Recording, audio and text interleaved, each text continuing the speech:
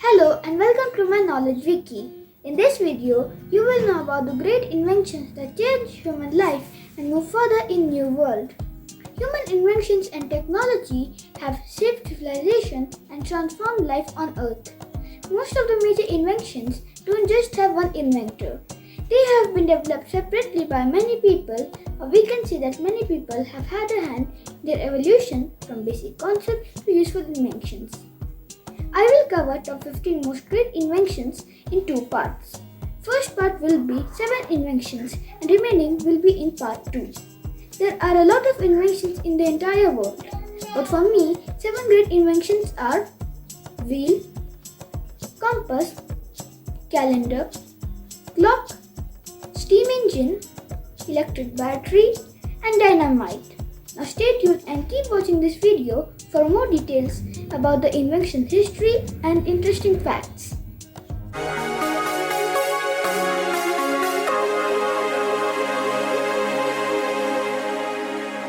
One of the most famous inventions was wheel. It was invented in 3500 BC. We can't imagine the modern world without wheels. The wheel stands out as an original engineering marvel and one of the most famous inventions. This basic technology not only made it easier to travel but also served as the base for a huge number of other innovative technologies. The oldest known wheel is from Mesopotamia, sometime around 4000 BCE.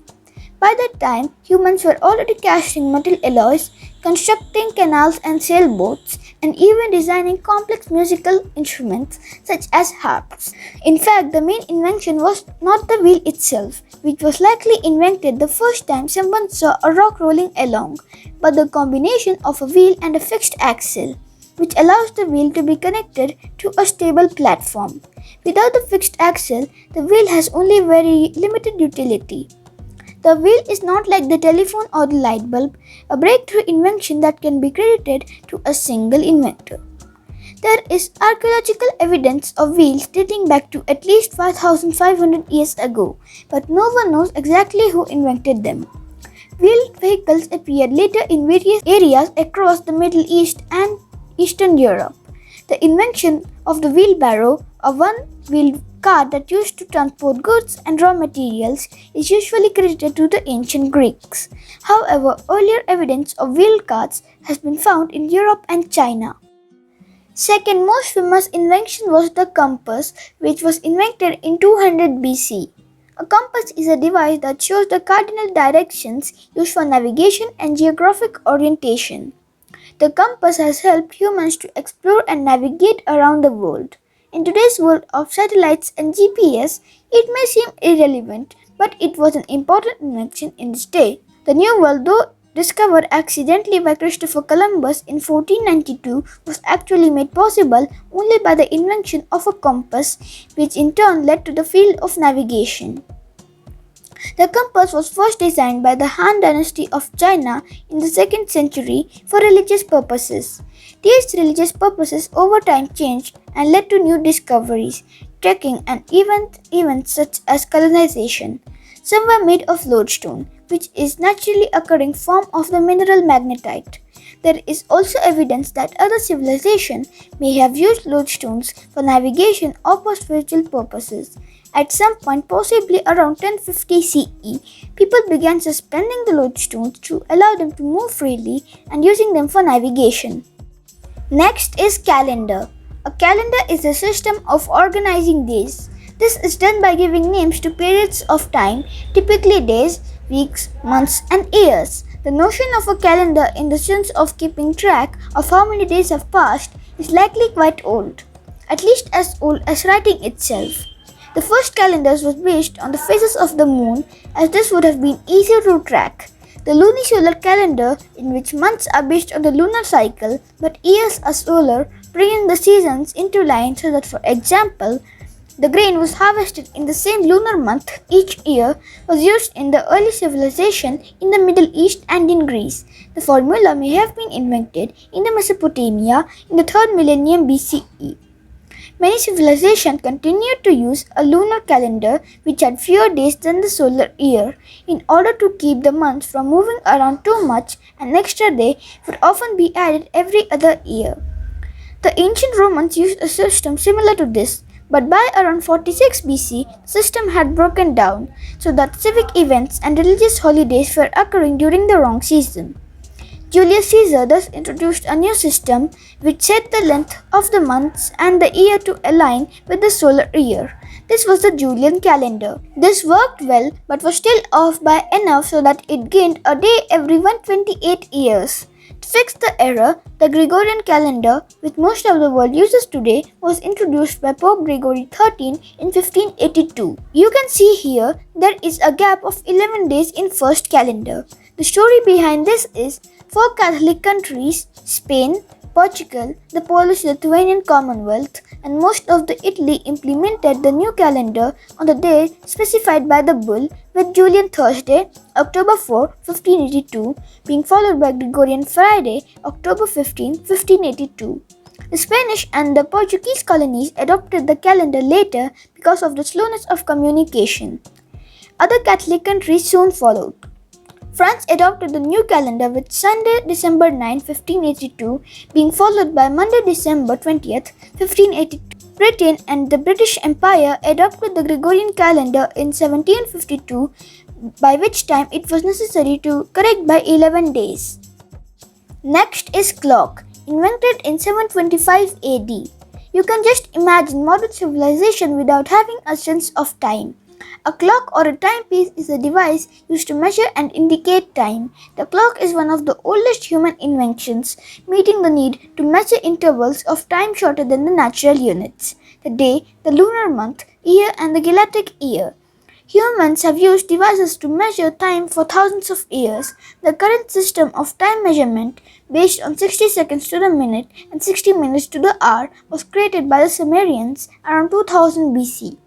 The earliest timepieces used the movement of a sun or water.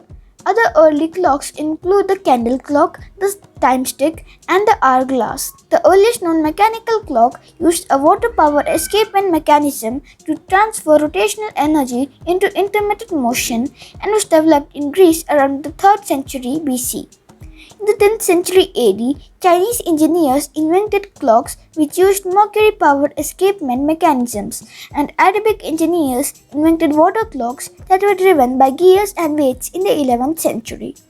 The first mechanical clocks that used gear trains to advance the mechanism, called a verge escapement, were invented in Europe at around the start of the 1400s. These were the standards until the pendulum clock was invented in 1656 by Christian Huygens. Pendulum clocks were the most accurate timepieces until the 1930s, when quartz clock was invented, followed by atomic clocks after World War II. By the 1970s, these were to be replaced by a LCD, liquid crystal display. Now moving to the next, which is steam engine. This invention was started a revolution in this globe. A Spanish mining administrator named Jerónimo de Ayans is thought to have been the first person to develop a steam engine.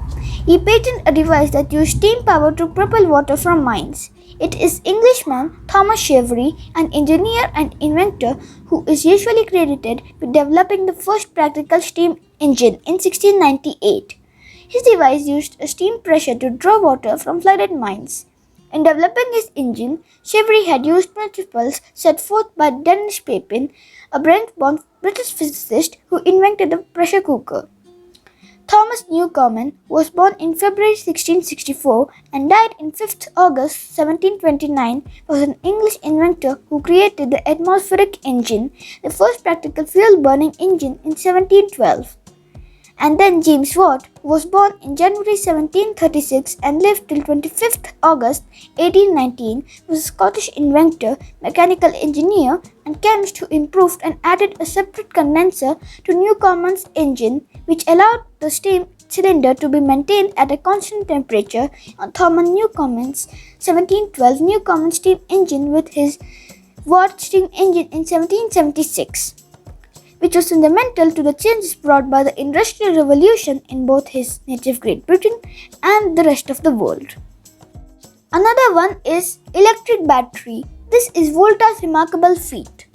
In the 1800s, people did not have continuous electric lines that carried a constant supply of power, so the production of electricity was not at all an easy task. The batteries may actually date back almost 2000 years to the Persian dynasty. Archaeologists have unearthed an ancient battery consisting of a clay jar filled with a vinegar solution into which an iron rod surrounded by a copper cylinder was inserted. These batteries might have been used to electroplate silver. Alessandro Volta is generally credited with discovering the first practical battery. He invented his battery in 1799.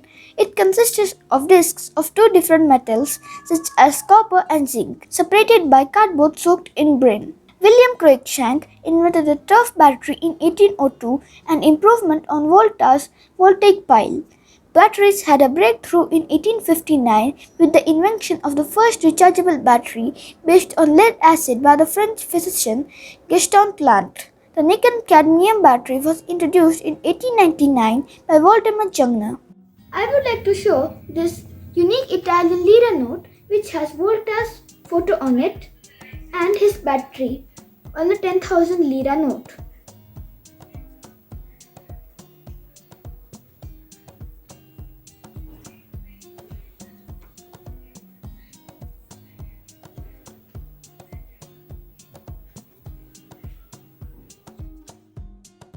And this part of invention video, the last one is dynamite, which is another one of the great invention. Dynamite is a blasting explosive patented in 1867 by the Swedish physicist Alfred Nobel. Dynamite is based on nitroglycerine but is much safer to handle than nitroglycerine alone.